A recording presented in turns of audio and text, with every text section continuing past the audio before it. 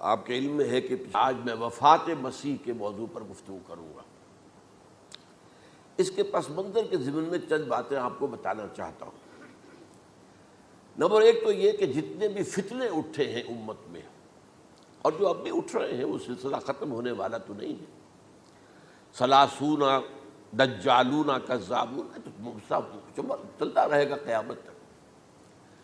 تو ان میں ایک مشترک بات یہ ہوتی ہے کہ وہ کسی ایسے مسئلے کو جس پر کہ موجودۃ الوقت حالات جو ہوتے ہیں ان کے مطابق فضا سازگار ہوتی ہے اور اس کا کوئی جذباتی پہلو بھی ہوتا ہے، لیکن جو امت کے اجماع کے خلاف ہوتا ہے اس پر ڈیرا لگاتے ہیں، اس پر گفتگو کرتے ہیں، اس کو لوگوں کے منوا لیتے ہیں۔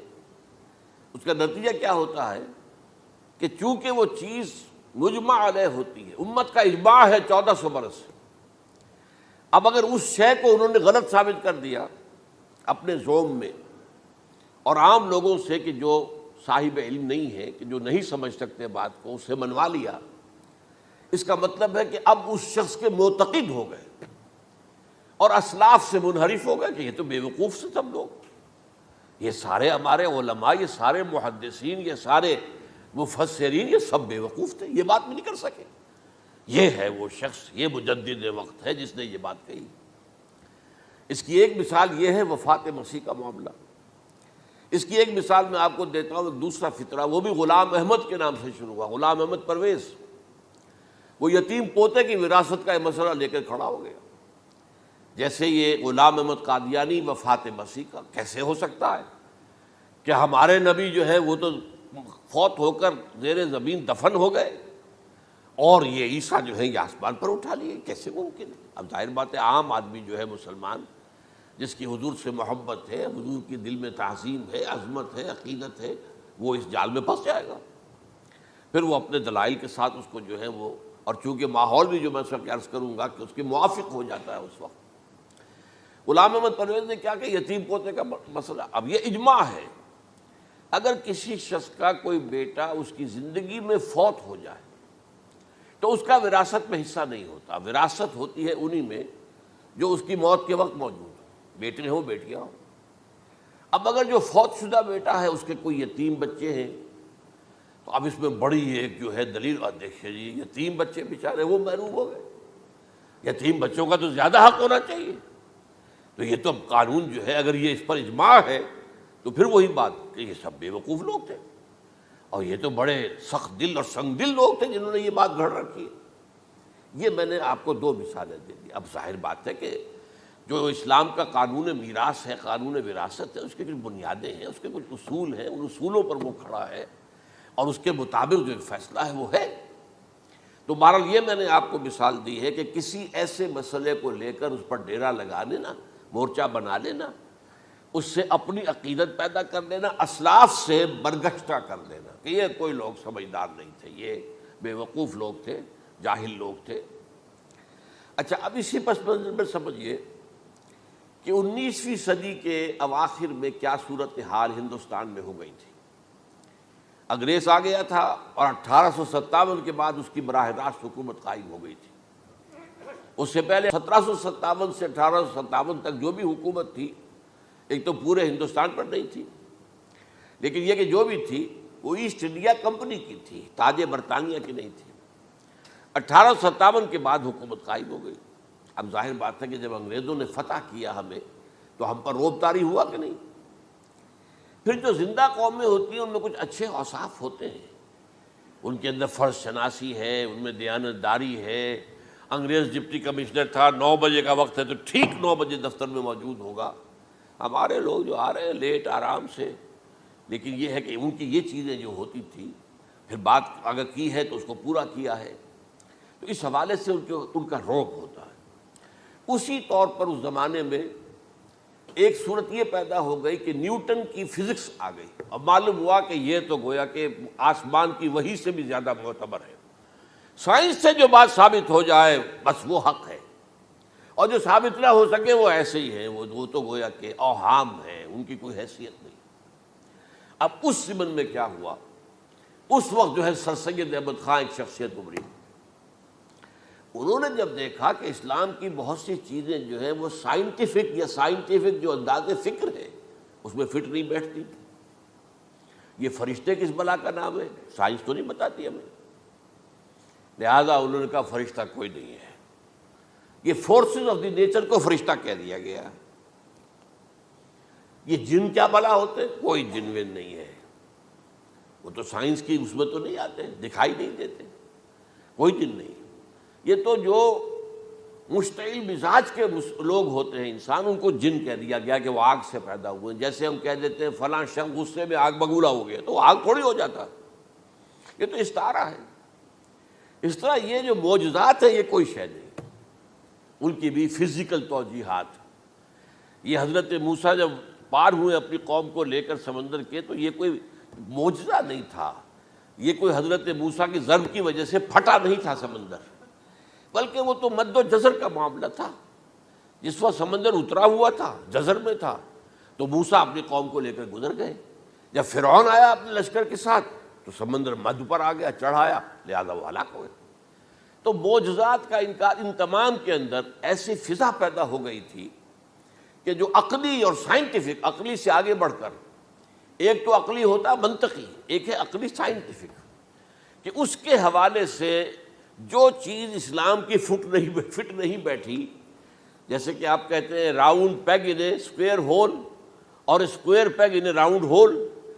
اب اسکوئر پیگ ہے، راؤنڈ ہول ہے، تو آپ کو اس کے کونے تراشنے پڑیں گے تب وہ اس ہول میں جائے گا. لہذا انہوں نے وہ کونے تراشے، اسی کے طرز پر پھر چلے ہیں. جو آپ کو معلوم ہے علامہ مشرقی، انہوں نے بھی جب شروع کیا اپنا دھندا، تو ان کے پہلے کتابچے کیا تھے؟ مولوی کا غلط مذہب نمبر 1، مولوی کا غلط مذہب نمبر 2، مولوی کا غلط مذہب نمبر 3. چھوٹے چھوٹے کتابچے شائع کر رہے ہیں. مولویوں سے علماء سے برگشتہ کر دیا. اب معلوم ہوا کہ یہ شخص ہے مجدد وقت، یہ مولویوں کے پاس تو کچھ نہیں ہے. اسی کا معاملہ پھر وہ انکار حدیث کی شکل میں آیا، جن میں کہ ایک بڑی شخصیت جو ہے وہ غلام احمد کی، غلام احمد پرویز، کیونکہ اللہ تعالیٰ نے اسے صلاحیت دی تھی، اچھا انشا پرداز تھا، لکھنا اچھا آتا تھا، بولتا بھی اچھا تھا. تو ظاہر بات ہے فتنہ وہی شخص پیدا کر سکتا ہے جو باصلاحیت ہو. جس میں کوئی صلاحیت نہیں وہ کیا فتنہ پیدا کرے گا؟ وہ نہ دنیا میں کوئی ترقی کرے گا، نہ دین میں کرے گا، نہ فتنہ انگیزی کر سکے گا. وہ تو جیسا بھی ہے معاملہ عام معمول جو ہے لوگوں کا، جیسی بھیڑ چال چل رہی ویسے چل جائے گا. تو اس فضا میں اصل میں غلام احمد پرویز نے جو ڈیرا لگایا وہ وفات مسیح پر تھا. یہ سب غلط ہے. یہ کہ مسیح زندہ آسمان پر اٹھا لیے گئے، کیسے ممکن ہے؟ ممکن ہے یہ کوئی الہونی بات ہے؟ سائنس اس کو مان سکتی ہے؟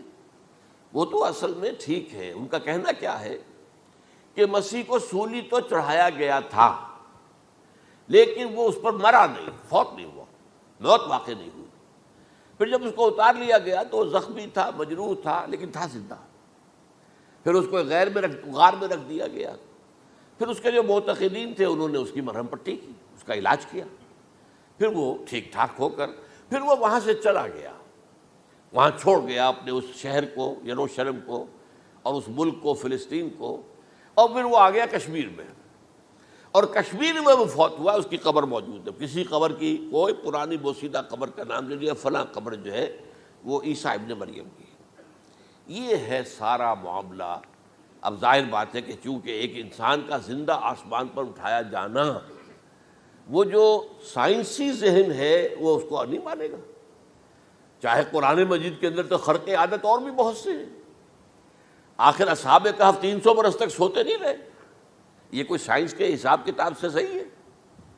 یا یہ ہے کہ حضرت عزیر علیہ السلام 100 برس تک مردہ رہے پھر زندہ کر دیے گئے؟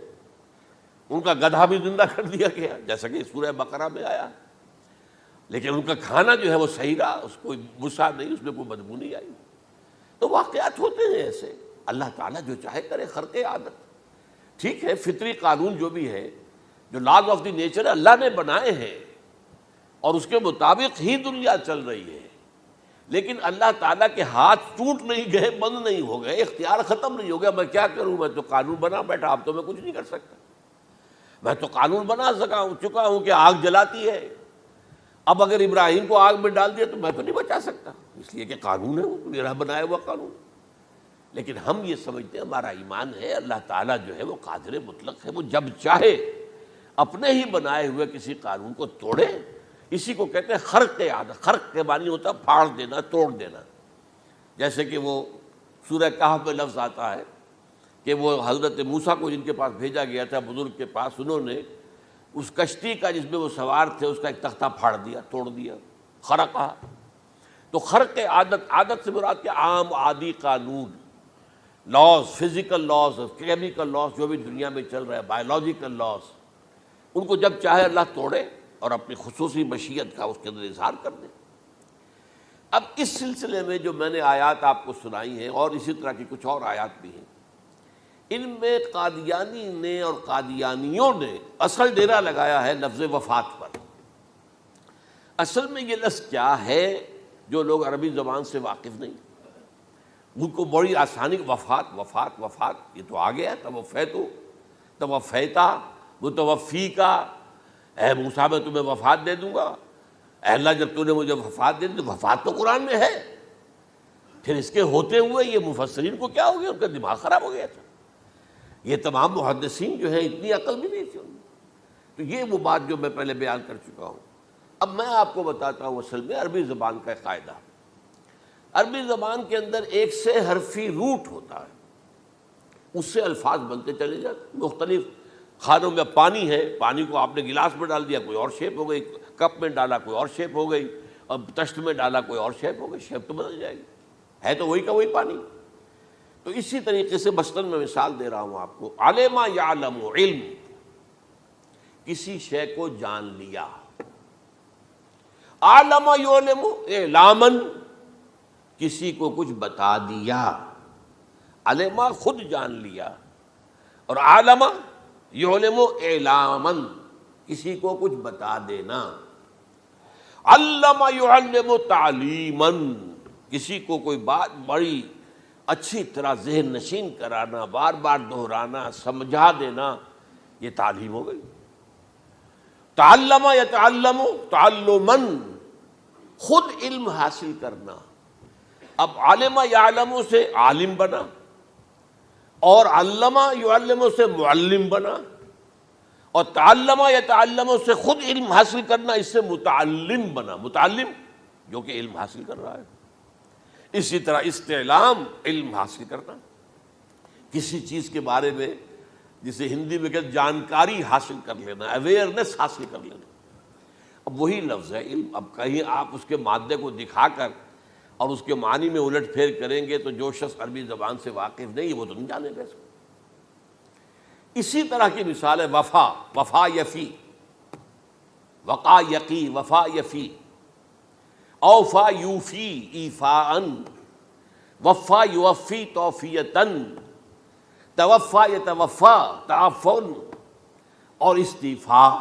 یہ اسی طریقے سے میں نے مثال آپ کو دے دی. وفا یفی کے مادے سے اس مصدر سے کوئی لفظ قرآن میں نہیں آیا، لیکن اردو میں آپ کو معلوم ہے نا، بڑا پیارا مصرع ہے. وہ وعدہ ہی کیا جو وفا ہو گیا. بھائی وعدہ وفا کرو، وعدہ پورا کرو. اس کے معنی ہے پورا کر دینا، کسی کو کوئی چیز پوری دے دینا. اور اس کے بعد اوفا یوفی، اس کے معنی بھی وہی ہے، بھرپور. اس سے بنے گا اوفو بعہدی اوف بعہدکم. یہ جو سورہ بقرہ کے 5ویں رکوع میں آیا ہے، یہودیوں تم میرے عہد کو پورا کرو تو میں تمہارے عہد کو پورا کروں گا. تم میرے عہد کو پورا کرو. میں نے تم سے عہد لیا تھا کہ جو رسول نبی امی آئیں گے، نبی رسول امی، اس کو تمہیں ماننا ہے، اس کا ساتھ دینا ہے. اوفو بعہدی، اب اس عہد کو پورا کرو. اوف بعہدکم، تو میں تمہارے ساتھ برکات خیرات جیسی پہلے رہی ہیں ابھی باقی رکھوں گا. وفا یوفی، پورے اہتمام سے پورا کر دینا، کسی کو دے دینا چیز پورے اہتمام کے ساتھ. جیسے علم یعلم، پورے اہتمام کے ساتھ درجہ بدرجہ ایک بات ذہن نشین کرنا. یوفی، اس کا جیسے وَإِبْرَاهِيمَ الَّذِي وَفَّى، ذرا اس ابراہیم کا تذکرہ کرو جس نے سارے تقاضے جو اللہ کے تھے پورے کر دیے، بھرپور. جو امتحان آیا اس میں وہ ثابت قدم نکلے. توفا یا توفا، یہ آیا کسی شے کو پورا پورا لے لینا. اب ایک ہے پورا پورا دے دینا، ایک ہے پورا پورا لے لینا، ایک ہے کسی کو علم دینا، علم یعلم تعلیما، کسی کو پورا دینا، وفا یوفی توفیتاً، کسی سے علم حاصل کرنا، تعلم یتعلم تعلما، کسی سے پورا پورا لے لینا ہے، توفا یتوفی، اور اسی طرح استیفاء، کسی سے پورا لے لینا۔ یہ لفظ آیا ہے ویل للمطففین الذین اذا اکتالوا علی الناس یستوفون واذا کالوہم ووزنوہم یخسرون۔ ہلاکت و بربادی ہے ان ڈنڈی مارنے والوں کے لیے جو جب تول کر لیتے ہیں تو پورا لیتے ہیں، اور جب دیتے ہیں تو اس میں کمی کر دیتے ہیں، ڈنڈی مار جاتے ہیں۔ الا یظن اولئک انہم مبعوثون، کیا انہیں یاد نہیں رہا ہے کہ یہ دوبارہ اٹھائے جائیں گے، اللہ کے سامنے کھڑے ہوں گے، حساب ہوگا پورا پورا، پیسے پیسے کا۔ تو یہ میں نے آپ کو اس گردان سے بتا دیا کہ ایک ہی لفظ جو ہے وہ کتنے معنی دے رہا ہے۔ مادہ ایک ہے، وفا یوفی پورا کر دینا، اوفا یوفی پورا کر دینا، لیکن توفا یتوفی پورا لے لینا، استیفاء پورا لینا، اذا اکتالوا علی الناس یستوفون واذا کالوہم ووزنوہم یخسرون۔ اب دیکھیے اس میں قرآن مجید جو ہے اس کے ضمن میں سب سے جو فیصلہ کن آیت ہے وہ سورہ زمر کی ہے، اور یہ جو میں نے پچھلی مرتبہ بھی آپ سے کہا تھا، لا یاتیہ الباطل من بین یدیہ ولا من خلفہ، قرآن پر باطل حملہ آور ہو ہی نہیں سکتا، نہ سامنے سے نہ پیچھے سے۔ اب دیکھیے یہ ساری آیتیں جن میں حضرت مسیح کا ذکر ہے اور وفات کا لفظ جو ہے مختلف صورتوں میں استعمال ہوا ہے، اس میں سورہ زمر جو کہ مکی صورت ہے اس میں ہے وہ کانٹے دار آیت جس سے مسئلہ حل ہوتا ہے۔ وہ کیا ہے؟ وہ میں نے آپ کو سنائی ہے، اللہ یتوفی الانفس حین موتہا، اللہ قبض کر لیتا ہے، لے لیتا ہے نفس کو اس کی موت کے وقت، واللتی لم تمت فی منامہا، اور جس کے مرنے کا وقت نہیں آیا، مرا نہیں ہے، اس کی نیند میں لے لیتا ہے۔ فیمسک التی قطع علیہ الموت، تو جس پر موت کا فیصلہ ہو چکا ہے اس کو تو روکے رکھا ہے، موت کے وقت لیا اور روکے رکھا، اور ویرسل الاخری الی اجل مسمی، اور جو دوسرے ہیں جن کی موت کا وقت نہیں آیا ان کو مؤخر کر دیتا ہے، واپس کر دیتا ہے، لوٹا دیتا ہے۔ اب سوال یہ، نیند میں کیا چیز اللہ لیتا ہے؟ کیا جان لیتا ہے؟ ظاہر بات ہے نہیں، شعور نہیں چلا گیا۔ ایک ہے انسان کا شعور، وہی تو سب سے اعلیٰ شے ہے، سب سے اونچی چیز تو وہی ہے۔ یہ شعور ختم ہو گیا تو انسان کہاں رہا؟ اس کے نیچے جو کچھ ہے وہ تحت شعور ہے، سب کانشیس مائنڈ۔ تو خواب واب جو ہوتے ہیں وہ سب کانشیس مائنڈ کے ہوتے ہیں، وہ کانشیس مائنڈ کے تو نہیں ہوتے۔ جو کانشیسنس ہے، شعور جو ہے، اور خاص طور پر خود شعوری، وہ نیند میں اللہ سلب کر لیتا ہے۔ تو محض شعور کے لیے بھی وفات کا لفظ آ گیا۔ ابھی تو جان یہی ہے، جو سویا ہوا ہے وہ مرا تو نہیں ہے، زندہ ہے۔ البتہ جب جس کو ہم موت کہتے ہیں وقت آیا تو شعور بھی لے لیا، جان بھی لے لی، دو چیزیں لے لی۔ حضرت عیسیٰ پر پورا اطلاق ہوا، مجسم عیسیٰ کو لے لیا، شعور بھی لے لیا، جان بھی لے لی اور بدن بھی لے لیا۔ تو گویا کہ لفظ توفا کا کامل اطلاق تو صرف عیسیٰ پر ہو رہا ہے۔ ہم جب مرتے ہیں تو ہمارا جسم تو یہی رہتا ہے، وہ تو گیا قبر میں، پورا قبض نہیں کیا اس نے، پوری شے کو اپنے قبضے میں نہیں لیا، جسم تو یہی ہے۔ لیکن یہ کہ موت کے اندر ظاہر بات ہے کہ جان گئی، اور جان ہی اصل چیز ہے۔ جب جان نکل گئی تو یہ کیا ہے؟ یہ تو یوں سمجھیے کہ اب ایسی چیزیں جلدی سے قبر میں دبا دو ورنہ یہ سڑے گی، گل جائے گی، اور قبر میں بھی کیا ہوگا؟ کیڑے ویڑے کھائیں گے، ختم کریں گے، الا ماشاءاللہ جس کو اللہ چاہے۔ انبیاء کرام اور شہداء کی جسموں کو اللہ تعالیٰ نے محفوظ رکھا ہوا ہے، واللہ عالم۔ تو اس اعتبار سے تو اب توفا، اللہ یتوفی الانفس حین موتہا۔ اب نفس کا لفظ دیکھیے، یہ قرآن مجید میں نہ معلوم کتنے معنی میں آیا۔ ایک تو پورا وجود کسی کا یہ نفس ہے، میرا نفس، نفسی نفسی نفسی، کیا ہوگا جب قیامت کے دن ہم بول رہے ہوں گے؟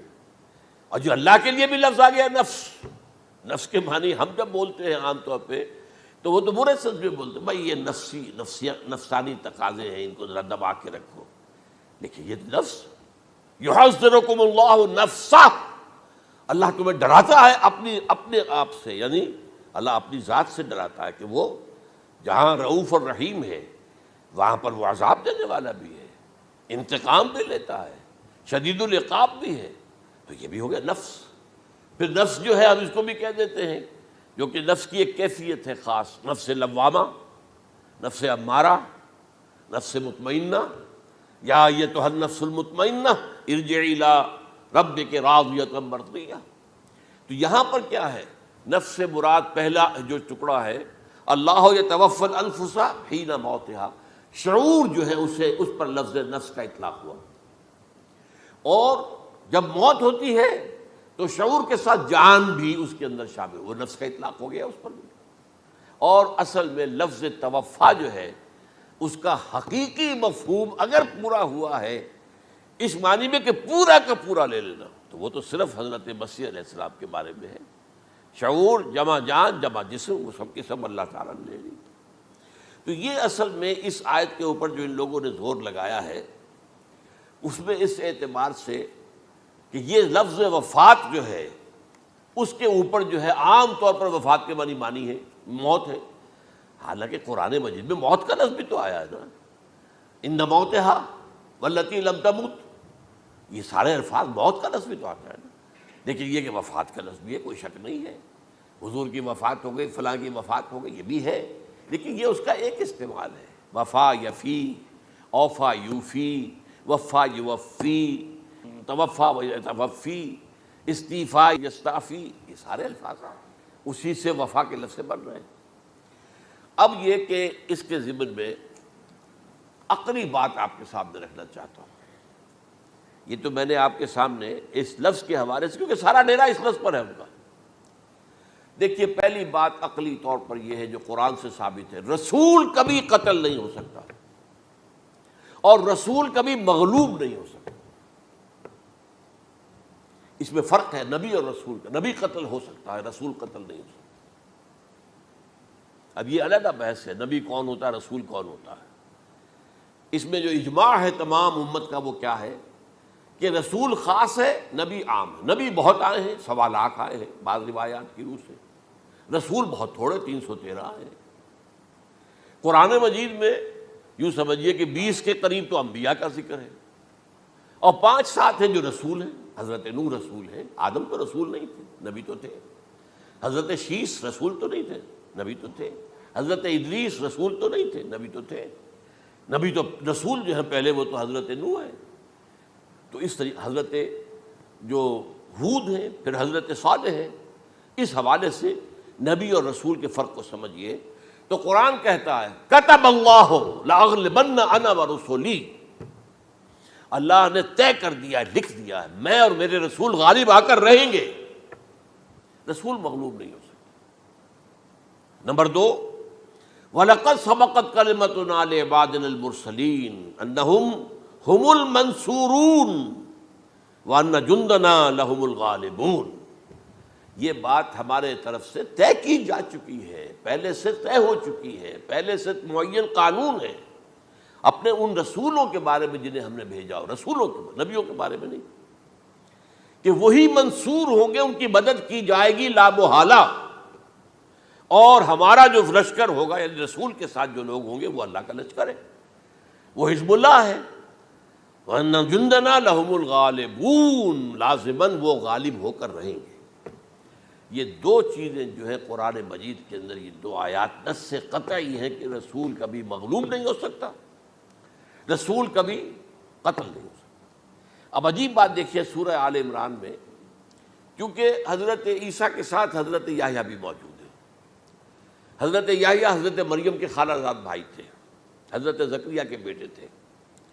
سورہ آل عمران اور سورہ مریم دونوں میں آپ دیکھتے ہیں کہ پہلے یحییٰ کا ذکر ہوتا ہے، پھر عیسیٰ کا ذکر ہوتا ہے۔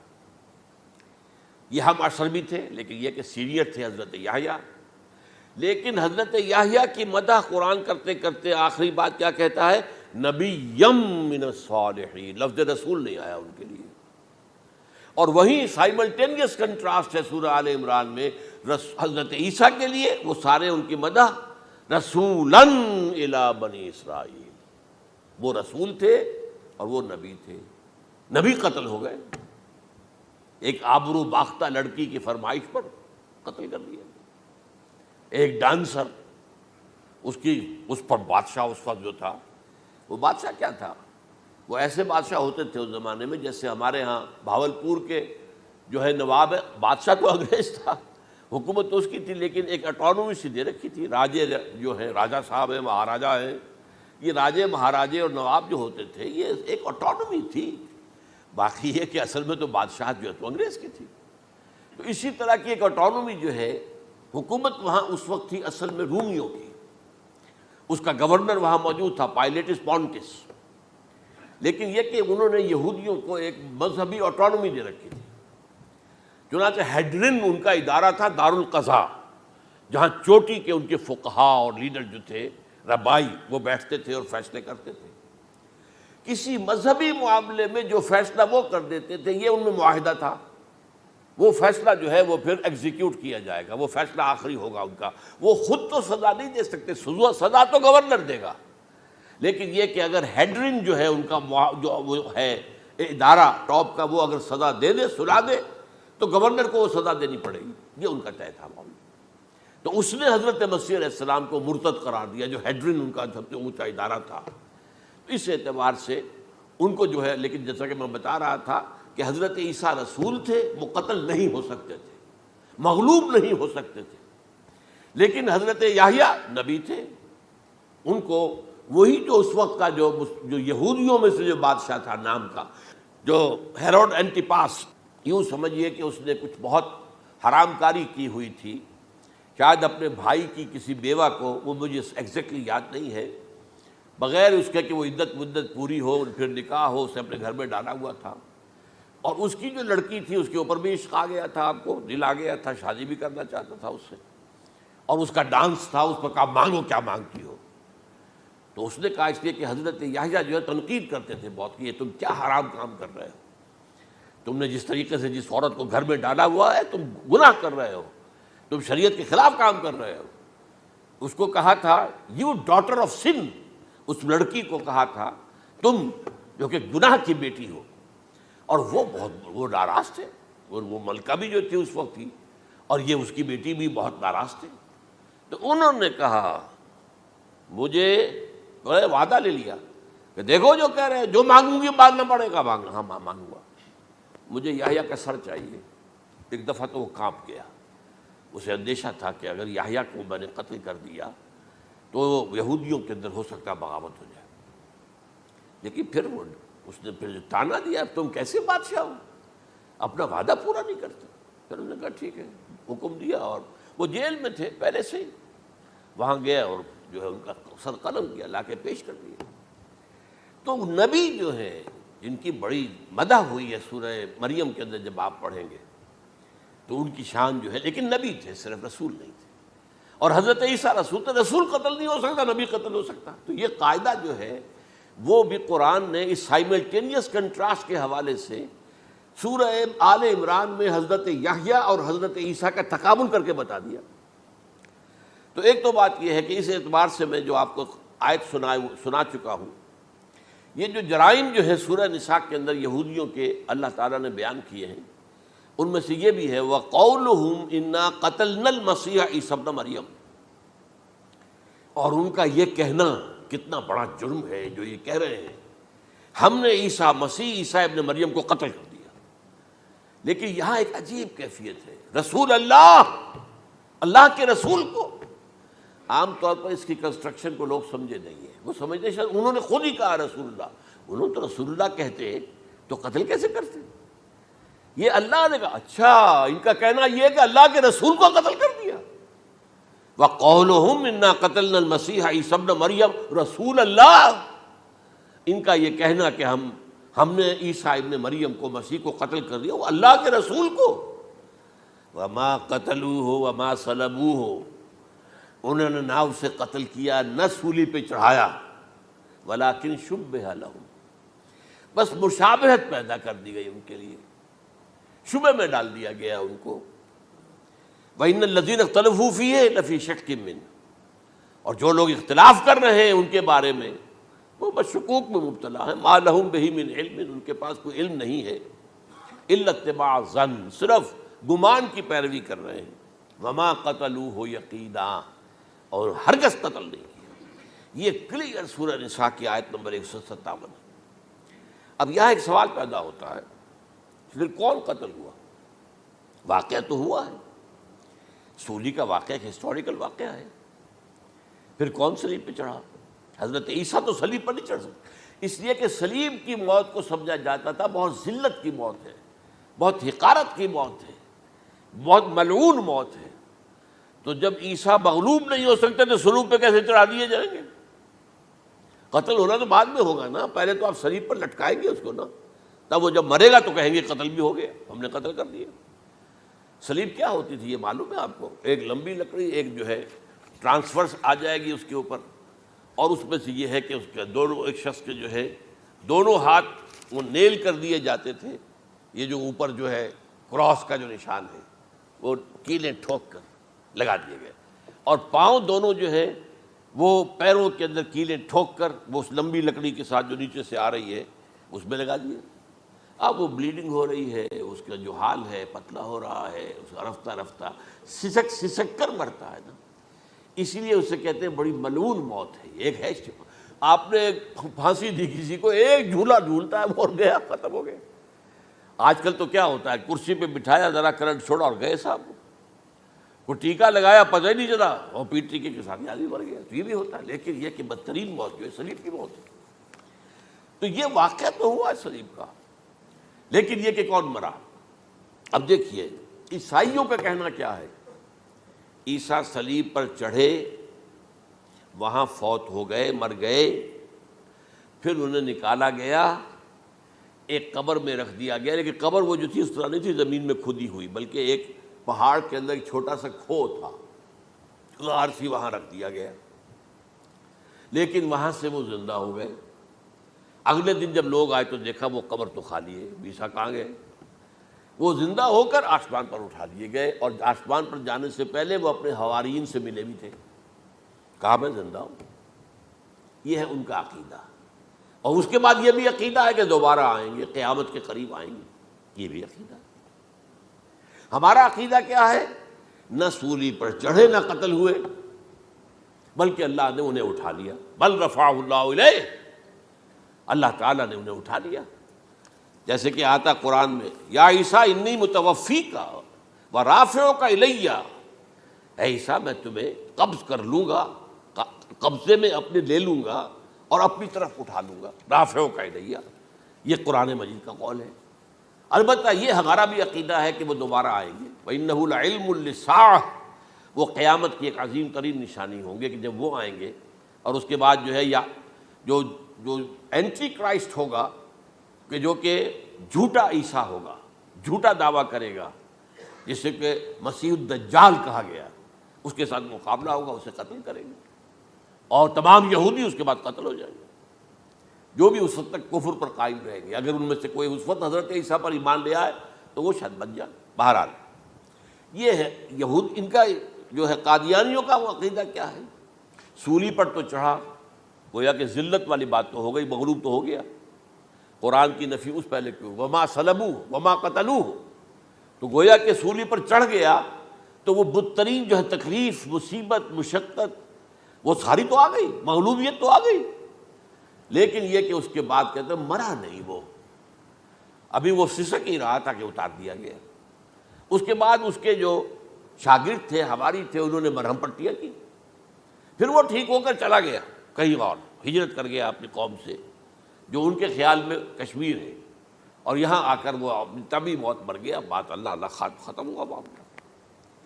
ہم کیا کہیں، ہم تو صرف یہ کہتے رہے ہیں، 1300 برس تک ہم نے یہ کہا ہے کہ ہمارا ایمان ہے قرآن پر کہ ان پر نہ صلیب دیے گئے نہ قتل ہوئے، انہیں اٹھا لیا۔ کب اٹھایا یہ ہمیں معلوم نہیں تھا، کس مرحلے پر اٹھایا یہ ہمیں معلوم نہیں تھا، پھر سولی پر کون چڑھا یہ ہمیں معلوم نہیں تھا، لہذا کسی تفسیر میں آپ کو نہیں ملے گا، کہیں نہیں، نہ قرآن میں ہے، نہ حدیث میں ہے، نہ کسی تفسیر میں۔ یہ تو پچھلی صدی کے دوران جو پوپ کی لائبریری ویٹیکان میں، اس سے ایک نسخہ برآمد ہوا، انجیل برنباس۔ اب یہ بھی آپ کو معلوم ہونا چاہیے کہ انجیلیں 104 تھیں، جن میں سے 4 جو ہے سلیکٹ کی گئی ہیں۔ 100 انجیلیں اور ہیں جنہیں وہ اپوکریفل کہتے ہیں، غیر مستند انجیلیں، اپوکریفل۔ اور یہ ہے کینونیکل، قانونی، یہ ہے کہ جو مستند ہیں 4۔ لیکن جو 100 اور ہیں، ان میں سے ایک یہ بھی ہے برنباس۔ اور برنباس کے بارے میں عیسائی مانتے ہیں کہ وہ بھی حضرت عیسیٰ علیہ السلام کے حواریین میں سے ایک تھے۔ وہ انجیل نکل آئی، اب وہ چھپ بھی گئی ہے۔ کراچی میں ایک ادارہ ہے، خاص طور پر باوانی جو سیٹ ہیں ان کا بنایا ہوا ادارہ ہے، تو وہی چھاپتے بھی ہیں۔ ایک زمانے میں تو کافی تقسیم بھی کر رہے تھے، اب مجھے معلوم نہیں۔ اس نے سارا قصہ بیان کیا۔ قصہ کیا ہے؟ بہت دلچسپ قصہ ہے، پوری تفصیل سے۔ ایک شخص جو کہ حضرت مسیح کے حواریین میں شامل ہو گیا، وہ تھا جیوڈاس اسکیریوٹ۔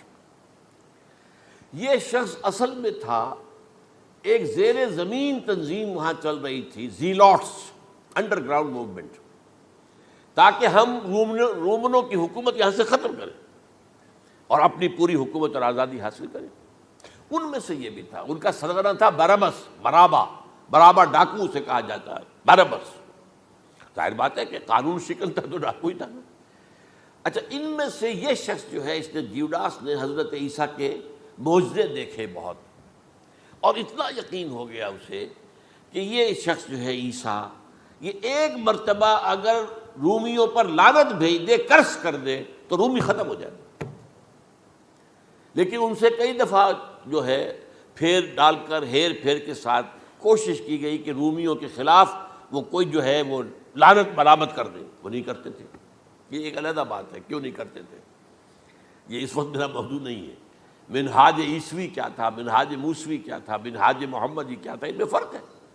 لِكُلٍّ جَعَلْنَا مِنْكُمْ شِرْعَةً وَمِنْہاجًا، سورہ مائدہ میں آیا ہے۔ تمام رسولوں کے لیے ہم نے ایک ایک منہاج، ایک ایک شریعت علیحدہ علیحدہ دی ہے۔ بہرحال منہاج عیسوی کچھ اور تھا، تو یہ نہیں کہتے تھے۔ اب اس نے کیا کیا کہ وہ اپنے ڈاکو سرغنے سے اجازت لے کر ان کے حواریین میں شامل ہو گیا، اعتماد حاصل کیا، اور بار بار کوشش کی کہ یہ بددعا دے دیں، رومیوں کو نہیں دی۔ اب اس نے سوچا کہ انہیں اگر ذاتی طور پر تکلیف پہنچے گی تو زبان سے کلمہ نکل ہی جائے گا نا، کوئی لعنت کا۔ اس نے پکڑوایا حضرت عیسیٰ کو، کیونکہ جب یہ فیصلہ ہو گیا تھا ان کے قتل کا، ہیڈرن جو ہے ادارہ وہ دے چکا تھا، اس کا فتویٰ تھا یہ واجب القتل ہے، یہ مرتد ہے، لہذا اس کو قتل کر دیا جائے۔ اور یہ فیصلہ جو ہے وہ رومی گورنر تک پہنچایا جا چکا تھا۔ رومی گورنر نے یہاں تک کہا، یہ سینٹ جو متی کی انجیل ہے اس میں موجود ہے، بھائی ہمارے پاس تو اس کا کوئی جرم نہیں ہے، ہمارے ہاں کوئی ایسی بات اس کی نہیں ہے جس سے کہ ہم اسے واجب القتل قرار دیں۔ ان کا نہیں، ہمارا حکم ہے، ہمارا فیصلہ تمہارا طے ہے، چاہے مذہبی معاملے میں کوئی فیصلہ ہمارا ہوگا تو تمہیں جو ایگزیکیوٹ کرنا ہوگا۔ بہرحال اس وقت حضرت مسیح روپوش ہو گئے گرفتاری سے بچنے کے لیے۔ ایک باغ میں تھے وہ، وہاں پر رات کے وقت انہوں نے اپنے حواریین کے ساتھ لاسٹ سپر کہتے ہیں اس کو، لاسٹ سپر، کھانا کھایا، آخری کھانا تھا۔ اور اس کے بعد اس نے فرمایا، آج کی رات تم میں سے ایک میرے خلاف غداری کرے گا۔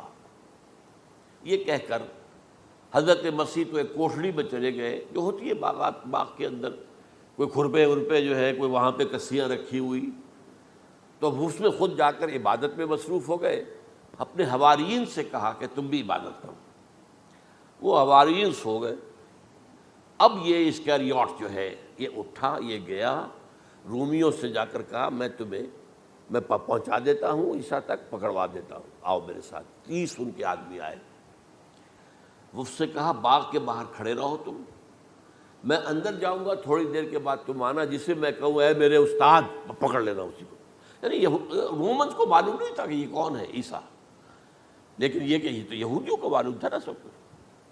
ہوا کیا کہ وہ جب اندر آیا ہے اور کوٹھڑی میں داخل ہوا، اسی وقت اس کی شکل بدل دی گئی حضرت مسیح کی، شبہ لہم، مشابہت پیدا کر دی گئی، شبیہ بدل دی گئی، اور چھت پھٹی، 4 فرشتے اترے اور حضرت مسیح کو لے کر آسمان پر چلے گئے۔ تو گرفت باہر آیا وہ، تو جیسے ہی وہ یہ باہر آیا وہ باقی ہماری جان گئے، اے ہمارے استاد، اسی وقت جو ہے وہ رومی داخل ہو گئے تو پکڑ لیا۔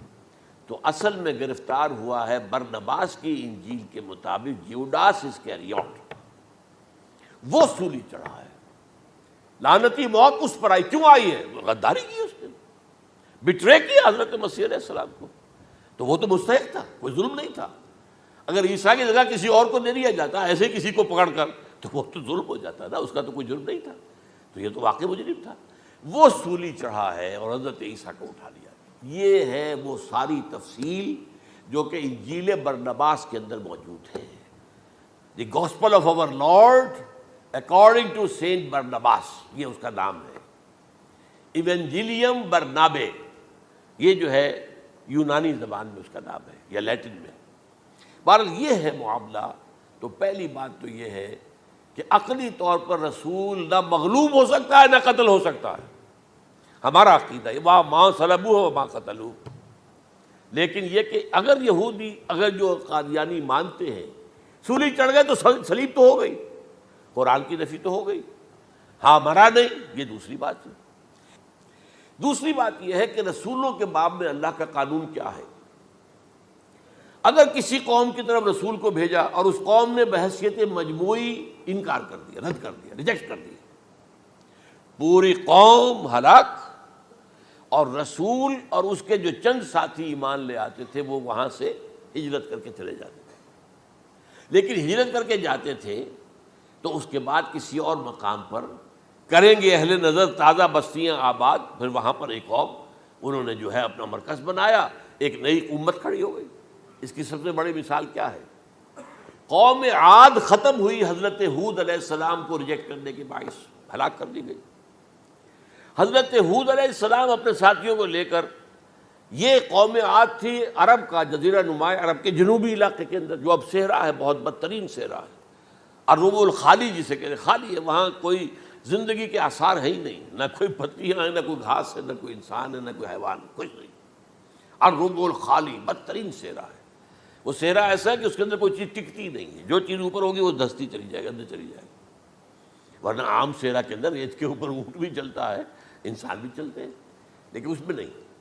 تو یہاں پر قوم عاد جو ہے آباد تھی، اور اب جو ہے وہ سیٹلائٹ سے دیکھ لیا گیا ہے کہ قوم عاد کا جو بڑا بادشاہ تھا شداد، اس نے جو جنت بنائی تھی وہ موجود ہے، زیر زمین اسی صحرا کے نیچے دفن شدہ موجود ہے، جس کو کہا گیا ہے الم تر کیف فعل ربک بعاد ارم ذات العماد التی لم یخلق مثلها فی البلاد۔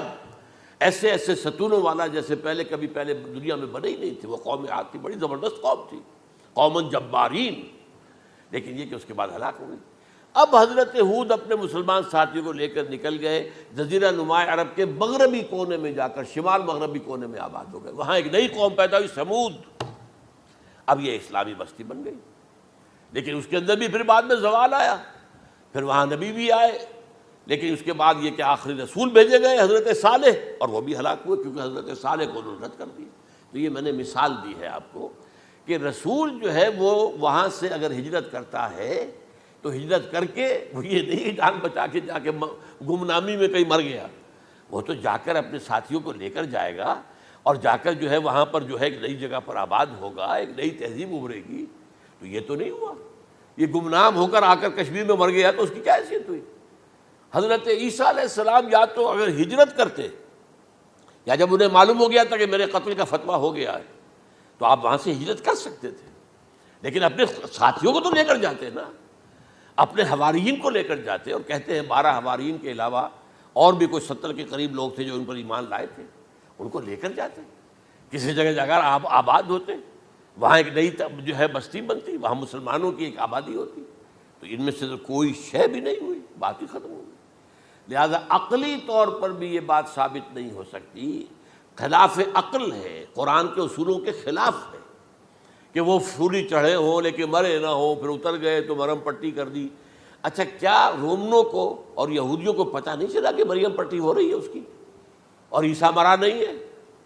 اگر ان کے پتہ چل جاتا تو کیا وہ چھوڑ دیتے؟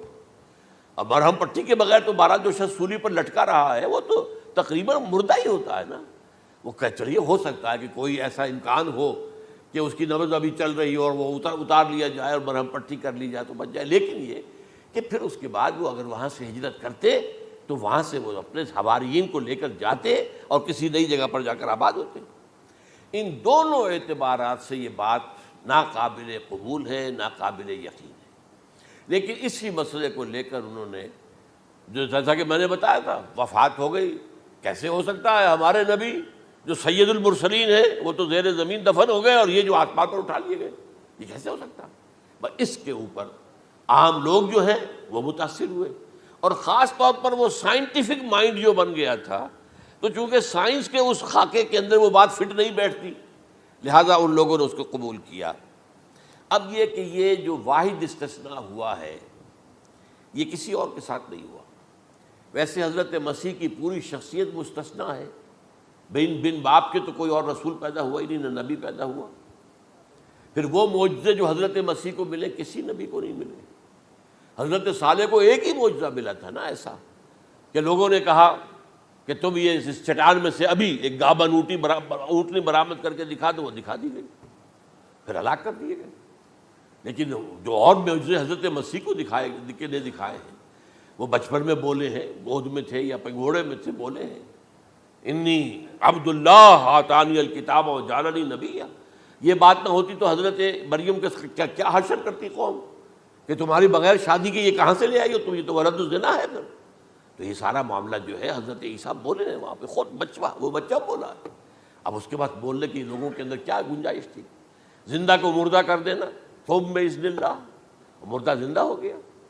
اور تخلیق حیات، ایک پرندہ بنانا گارے کا، پھونک مارنا اور اڑتا ہوا پرندہ بن جائے، ایک کوڑی کے جسم پر ہاتھ پھیرنا اور کوڑ ختم، ایک مادرزاد اندھے کی آنکھوں پر ہاتھ پھیرنا اور بینائی آ گئی۔ یہ سارے معجزات، مستثنیٰ شخصیت ہے۔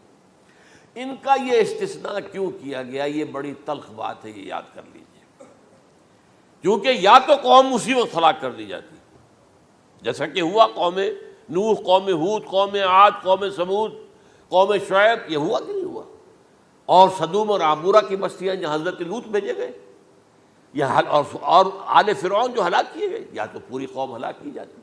نہیں، یہ یوں سمجھیے کہ اس پورے معاملے کو درمیان میں سے ایک وقفہ دے دیا گیا، حضرت عیسیٰ کو اٹھا لیا گیا، اور حضرت عیسیٰ دوبارہ آئیں گے۔ یہ کیوں کیا گیا؟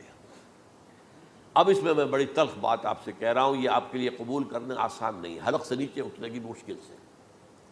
اس قوم کو زندہ رکھا گیا ہے جو ملعون اور مغضوب علیہم قوم ہے۔ سب سورہ فاتحہ میں مفسرین لکھتے ہیں ضالین، یہ نصارہ ہیں، اور مغضوب علیہم یہ یہودی ہیں۔ اور قرآن کہتا ہے لعن الذین کفروا من اہل الکتاب علی لسان داؤد عیسی ابن مریم، لعنت کی گئی ایک ملعون اور مغضوب قوم کے ہاتھوں۔ آخری امت محمد، اور اس کا بھی بہترین حصہ، اس پر عذاب ان کے ہاتھوں آئے گا۔ عربوں پر عذاب یہودیوں کے ہاتھوں، اس لیے ان کو بچایا گیا۔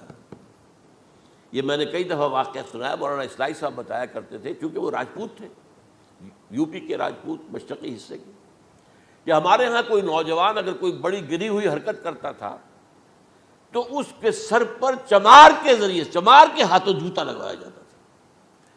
اگر راجپوت کے سر پر راجپوت کا جوتا گرا تو چلو تکلیف تو ہوئی، لیکن یہ کہ راجپوت ہی کا جوتا گرا ہے نا، پڑا ہے، لیکن راجپوت کے سر پر چمار کا جوتا، جس کو آپ انگریزی میں کہتے ہیں to add insult to injury, وہ تکلیف بھی ہے جوتا کھانے کی اور انسلٹ ہے کہ ایک چمار مار رہا ہے۔